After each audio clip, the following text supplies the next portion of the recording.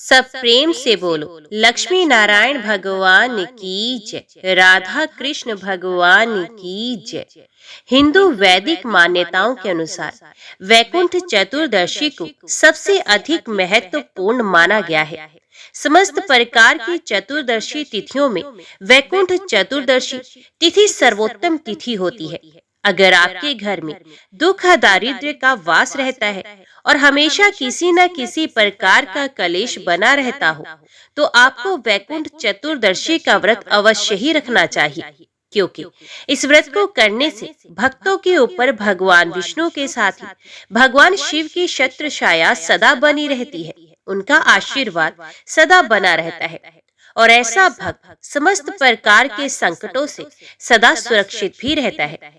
आज के दिन भगवान विष्णु के 1000 कमलों से पूजा करने वाले व्यक्ति और उसके परिवार को वैकुंठ लोक की प्राप्ति होती है। और इस दिन श्राद्ध और तर्पण का भी विशेष महत्व है। वैकुंठ चतुर्दशी का व्रत रखने से भी वैकुंठ धाम की प्राप्ति हो जाती है। धार्मिक मान्यताओं के अनुसार इसी दिन महाभारत युद्ध की समाप्ति के बाद युद्ध में मारे गए लोगों का भगवान श्री कृष्ण ने श्राद्ध करवाया था। वैकुंठ चतुर्दशी को हरिहर मिलन भी कहते हैं, अर्थात भगवान शिव और भगवान विष्णु का मिलन। भगवान शिव और भगवान विष्णु के भक्त इस दिन को बहुत ही उत्साह से मनाते हैं। भगवान श्री हरिदेव उठनी एकादशी पर योग निद्रा से जागने के बाद कार्तिक शुक्ल चतुर्दशी को भगवान शिव से मिलते हैं और भगवान शिव उन्हें दोबारा सृष्टि के संचालन का दायित्व संभालने को देते हैं और उसके बाद से ही सभी रुके हुए मांगलिक कार्य दोबारा से प्रारंभ हो जाते हैं। चातुर्मास में जब भगवान विष्णु योग निद्रा में जाते हैं, तो उससे पहले भगवान शिव को, जो के संहार करता है, सृष्टि के संचालन का कार्यभार सौंप कर जाते हैं। तो वैकुंठ चतुर्दशी के दिन आप विधि विधान से भगवान शिव और भगवान विष्णु की पूजा करके और व्रत की कथा पढ़कर या सुनकर वैकुंठ चतुर्दशी का पुण्य प्राप्त कर सकते हैं।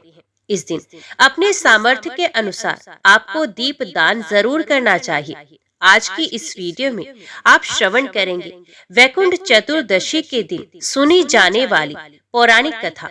अगर आपको कथा अच्छी लगे तो वीडियो को लाइक जरूर कीजिएगा। मान्यताओं के अनुसार एक बार देवऋषि नारद जी पृथ्वी लोक से घूमकर वैकुंठ धाम में भगवान श्री हरि के पास जा पहुंचे। भगवान श्री विष्णु देवऋषि को देखकर अत्यंत प्रसन्न हुए और उन्हें आदर पूर्वक अपने पास बिठाया और प्रसन्न होकर उनके आने का कारण पूछा। देवऋषि नारद ने कहा कि हे प्रभु, आपका नाम जपने के कारण आपके प्रिय भक्त तर जाते हैं। जो सामान्य नर नारी हैं, वे आपके प्रेम से वंचित रह जाते हैं।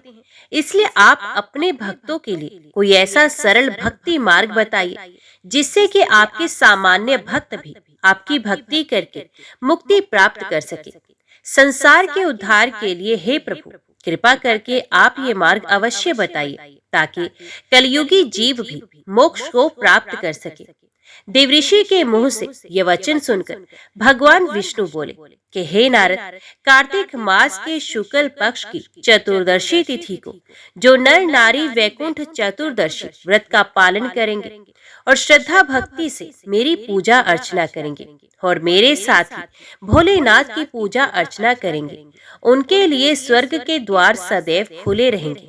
इसके बाद भगवान विष्णु ने जय और विजय को बुलाकर उनसे कहा कि कार्तिक मास की शुक्ल पक्ष की चतुर्दशी तिथि को स्वर्ग के द्वार बंद ना रखें, उन्हें खुला ही रखें। भगवान विष्णु ने कहा कि इस दिन जो भी भक्त मेरा नाम लेकर थोड़ा सा भी पूजन करेगा, उसे वैकुंठ धाम की प्राप्ति अवश्य होगी। इसलिए आज के दिन भगवान विष्णु के साथ भगवान शिव का पूजन भी बहुत आवश्यक होता है, नहीं तो भगवान विष्णु इस पूजा को स्वीकार नहीं करते। चातुर्मास के समय भगवान विष्णु योग निद्रा में जाने से पहले सृष्टि के संचालन का सारा कार्यभार भगवान शंकर को सौंप कर जाते हैं और उसके बाद देव उठनी एकादशी के दिन जब भगवान विष्णु जागते हैं, तो उसके बाद चतुर्दशी के दिन भगवान शिव उन्हें पुनः उनका कार्यभार सौंपते हैं इसलिए इस दिन को हरिहर मिलन के रूप में भी उत्सव के रूप में मनाया जाता है और इस दिन खास तौर पर दीप जलाकर उत्सव मनाया जाता है, क्योंकि ये दिन भगवान शिव और श्री हरि के मिलन का ही होता है। इसलिए इस दिन व्रत, उपवास, पूजा पाठ के लिए बहुत ही शुभ फलदायी होता है। इस दिन पूजा करने के बाद पुराण कथा पढ़ने और सुनने से व्यक्ति को समस्त पापों से मुक्ति मिल जाती है। अब सुनिए वैकुंठ चतुर्दशी की दूसरी सबसे पौराणिक प्रचलित कथा। शिव महापुराण कथा के कोटि रुद्र संहिता में वर्णित पौराणिक कथा के अनुसार एक बार भगवान विष्णु भगवान शिव की पूजा के लिए पृथ्वी लोक पर काशी विश्वनाथ मंदिर में आए और वहां पर मणिकर्णिका नामक घाट पर स्नान करके 1000 स्वर्ण कमल पुष्पों से भगवान विश्वनाथ की पूजा करने लगे। जब वे अभिषेक कर रहे थे तब शिवजी ने भगवान विष्णु की परीक्षा लेने के लिए 1000 पुष्पों में से एक पुष्प कम कर दिया। जब भगवान विष्णु शिवजी की पूजा के लिए उन्हें पुष्प अर्पित करने लगे तो उन्हें एक पुष्प कम लगा, तो ये सोचने लगे कि अब मैं पुष्प कहाँ से लाऊं, क्योंकि सारे पुष्प तो मैं ला चुका हूँ, तो क्यों ना अब मैं अपनी एक आंख ही भगवान शिव को अर्पित कर दूं, क्योंकि मुझे भी तो कमल नयन कहते हैं, मेरी दोनों आंखें भी तो कमल नयन और पुंडरीकाक्ष है। यही सोचकर भगवान विष्णु जैसे ही अपनी आंख निकालने लगे तभी भगवान शिव वहां प्रकट हो गए और बोले, हे श्री हरि, इस पूरे संसार में तुम्हारे जैसा सच्चा भक्त कोई नहीं है, इसलिए आज से कार्तिक 14 वैकुंठ चतुर्दशी के नाम से जानी जाएगी और इस संसार में श्रद्धा भाव से जो कोई भी व्रत करेगा उसे वैकुंठ धाम की प्राप्ति होगी। ऐसा कहकर भगवान विष्णु को भगवान शिव ने सुदर्शन चक्र उपहार स्वरूप भेंट किया और कहा कि इस सुदर्शन चक्र में करोड़ों अरबों सूर्य की कांति के समान शक्ति है, जिससे आप अपने भक्तों की सदा रक्षा कर सकोगे। इसलिए भगवान श्री हरि अपने हाथ में सदैव सुदर्शन चक्र को धारण करके रखते हैं। माना जाता है कि जो भी व्यक्ति हरि यानी कि भगवान विष्णु और हर अर्थात महादेव की एक साथ आराधना करते हैं, उसके जीवन के सभी पापों का और दुखों का अंत हो जाता है। तो सब प्रेम से बोलिए, विष्णु भगवान की जय। ओम नमः शिवाय। हर हर महादेव। अभी श्रवण कीजिए वैकुंठ चतुर्दशी की एक अन्य कथा। वैकुंठ के 2 द्वारपाल जय और विजय की कहानी। एक बार सनक, सनंदन, सनातन और सनंत कुमार ये चारों सनकादिक कहलाते हैं और ये सदा छोटे से बालक के रूप में ही रहते हैं और ब्रह्मा जी के पुत्र हैं। संपूर्ण लोकों में कहीं भी अपनी इच्छा के अनुसार जा सकते थे। एक बार उनके मन में भगवान विष्णु के दर्शन की इच्छा उत्पन्न हुई, इसलिए वे उनके वैकुंठ लोक में वैकुंठ धाम पर चले गए। वैकुंठ के द्वार पर जय और विजय नाम के 2 द्वारपाल थे। जय और विजय ने सनकादि ऋषियों को द्वार पर ही रोक लिया और अंदर जाने से मना करने लगे। उनके इस प्रकार मना करने पर सनकादि ऋषियों ने क्रोध में आकर कहा, अरे मूर्खों, हम तो भगवान विष्णु के भक्त हैं, हमारी गति कहीं भी नहीं रुकती। हम विष्णु जी के दर्शन करना चाहते हैं, तुम हमें उनके दर्शनों से क्यों रोक रहे हो? तुम लोग तो भगवान की सेवा में ही रहते हो, तुम्हें तो उन्हीं के समान समदर्शी होना चाहिए। जैसा कि भगवान का स्वभाव परम शांति में है, तुम्हारा स्वभाव भी वैसा ही होना चाहिए।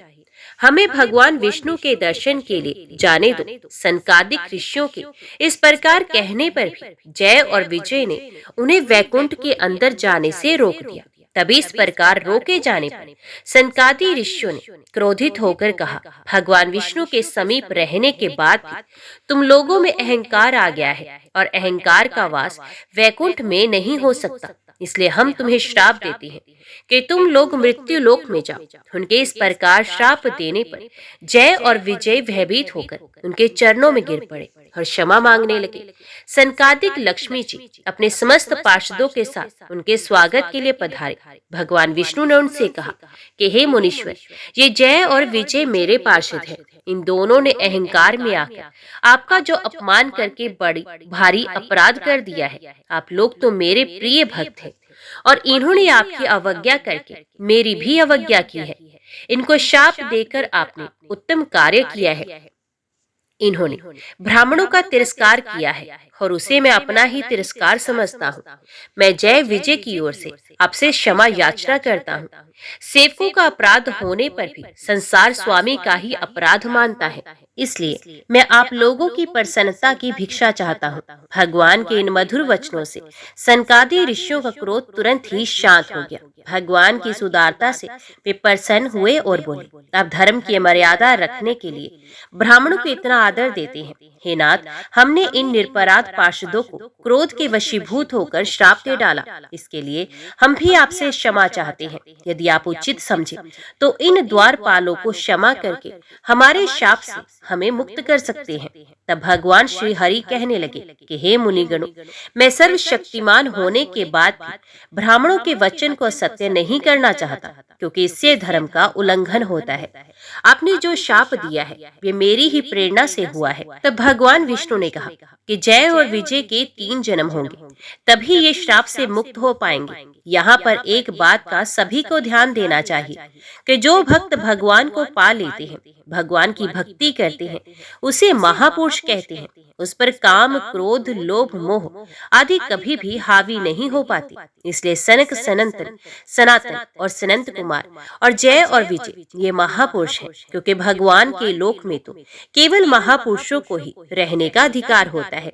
इसलिए जय और विजय को अहंकार नहीं हुआ था और सनकादिक भी क्रोध में नहीं आए थे, बल्कि वे तो भगवान की एक लीला थी जिसे वो निभा रहे थे। इस बारे में श्री हरि ने भी कहा कि जो कुछ भी हुआ वे मेरी ही प्रेरणा से हुआ। तब जय और विजय अपने पहले जन्म में हिरण्यकश्यप और हिरण्याक्ष के रूप में जन्मे। भगवान विष्णु ने वराह अवतार लेकर और हिरण्याक्ष का वध और नरसिंह अवतार से हिरण्यकश्यप का वध किया। दूसरे जन्म में वे दोनों रावण और कुंभकर्ण के रूप में जन्मे और भगवान श्री राम के हाथों मारे गए। तीसरे जन्म में वे दोनों शिशुपाल और दंतवक्त के रूप में जन्मे और भगवान श्री कृष्ण के हाथों मारे गए। अंततः उन्हें श्राप से मुक्ति मिल पाई। तो सब प्रेम से बोलो, लक्ष्मी नारायण भगवान की जय। अभी श्रवण कीजिए वैकुंठ चतुर्दशी की एक और कहानी। एक बुढ़िया माई थी, उसकी एक बछड़ी थी जिसका नाम था ऊर्णी कपूर्णी। कार्तिक के महीने में बुढ़िया पुष्कर नहाने निकली तो पड़ोसन से कहा, मेरी बछड़ी को चारा डालना और पानी का कुंडा भरकर उसके पास रख देना।